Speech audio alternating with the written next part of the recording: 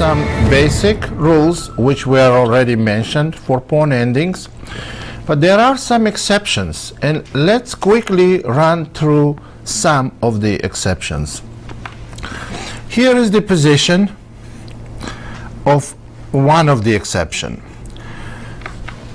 White king is partially already penetrated to black's position.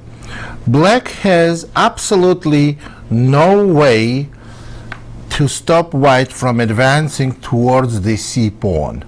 So the way it may work, even if they go a5, white goes king f6 and king f5, waits until the king moves, then can go king e5. Eventually they're gonna go king d5 and king d6, and they're gonna win a pawn and win the game. So, but is this position lost for black? No, it's not. Here is the exception. White is all penetrated. White is gonna win a pawn, but position is drawn. What black has to do, all they have to do to lose the game is to go a5. After black plays a5, they are totally lost. The secret is to keep the pawn on a6. Then black goes simply king c6, king e5, king b6, king d5, and here is the idea of defense, king to a5. And you see, if white plays king to c5, this is a stalemate and it's a draw. So this is a drawing position because of unusual stalemate setup for black.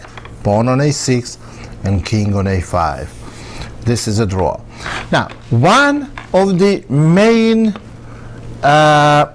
principles in pawn ending, one of them, we already mentioned most of them, it's good to have protected pass pawn. Here is the example. We just saw it earlier in this chapter. White has protected pass pawn. Therefore, white is winning easily because the outside pass pawn is not gonna work.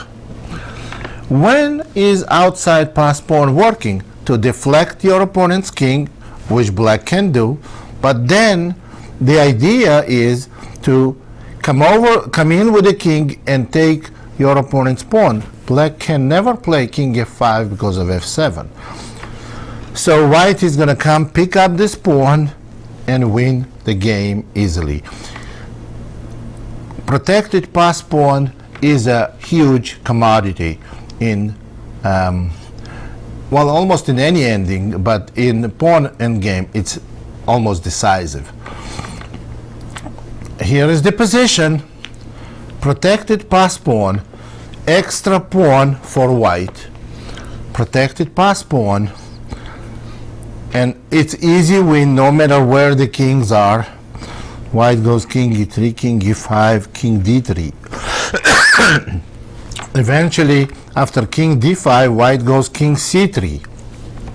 Now they're going to come around, and you see that black cannot play king c5 because after g6, king, as I already mentioned, the rule of the square, king is not in the square. Here is the square. g6, g8, e8, e6, and black loses. So black has to come back, and then king penetrates. White is going to penetrate with the king, and eventually they're going to win the game. But remember, there is a trick. After king g7, this is winning for white, of course. But remember, don't make a terrible move g6, because after king h6, it's a draw. Now king f6, stalemate. So the way white wins is king e6, king g6. Now we go king to d6. And after king g7, white regains the opposition. King g6. Not king e6. King g6, king f8. And eventually white wins all black pawns and wins the game. So where is the exception? If we take this position and push whole position one square down, here we have position that is a draw. White has extra pawn, protected pass pawn, looks like everything we need to win the game, but position is a draw. King f6, king f4, king g7. Black has to go back and forth with the king. White will never make a progress. The difference between this position and position we just saw with one square up is because white has additional resource of coming from behind and winning the pawn. So if black goes king g6, king f8. Now imagine the same position here, and there is no behind, there is no square, because this is the last rank. White can never get to the f file. Well, actually, black may even invite white to go to f file, but then it's going to be stalemate and it's a draw. So in this position, if black goes simply back and goes king h8, g8, there is no way for black to make any progress. It's a draw. So now those are two very interesting positions that are drawn. Sometimes you see the position where one side has extra pawn, protected pass pawn, but again, it's a draw. Here is the one of them.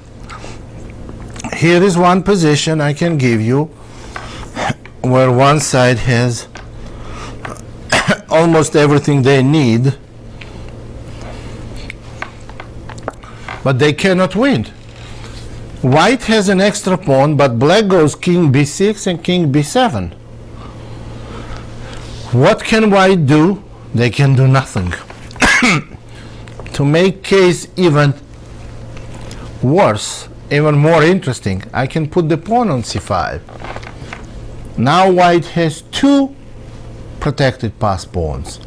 It's still a draw, because the rule is this: those two pawns by themselves, they can never win, and white king has no way of crossing the border, crossing the fourth rank. So king e3, king b6, and black goes back and forth, and it's a standoff. So position is dead drawn. So this is an interesting, but we have to have rules. We have to obey rules. We have to play by the basic rules of pawn ending. But when you see the exception, there are a number of exceptions. That's why they call them exceptions, that they are very rare. You can hardly see position happen in a game that you have an extra pawn and you have protected pass pawn and you can't win and it's drawn. It may happen once or twice in your whole lifetime. So, but however, they can happen. That's why we have our own brain and apply it to certain positions. And basically what we do, we know the basic rule, obey them, follow them, and also keep an eye on some exceptions. That's the way to play pawn ending, and that's the way to perfect in them. That will be the end of the lecture on pawn endings. This is Grandmaster Damian Lemos here for onlinechesslessons.net. First of all, I hope you enjoyed this video. If you would like to receive more free chess videos from us, you can just click the subscribe button below. I would also highly recommend signing up for my free mail course the 10 Grandmaster Secrets to Dominate Chess. During this exclusive course from onlinechesslessons.net, I'll share with you my own Grandmaster shortcuts to effective attacking, defending, and growth hacks to improving your chess without complicated books or memorization. So sign up by clicking the sidebar on the right, and I know you won't be disappointed. Once more, this is Damien for onlinechesslessons.net, and I'll see you in my videos. Thank you.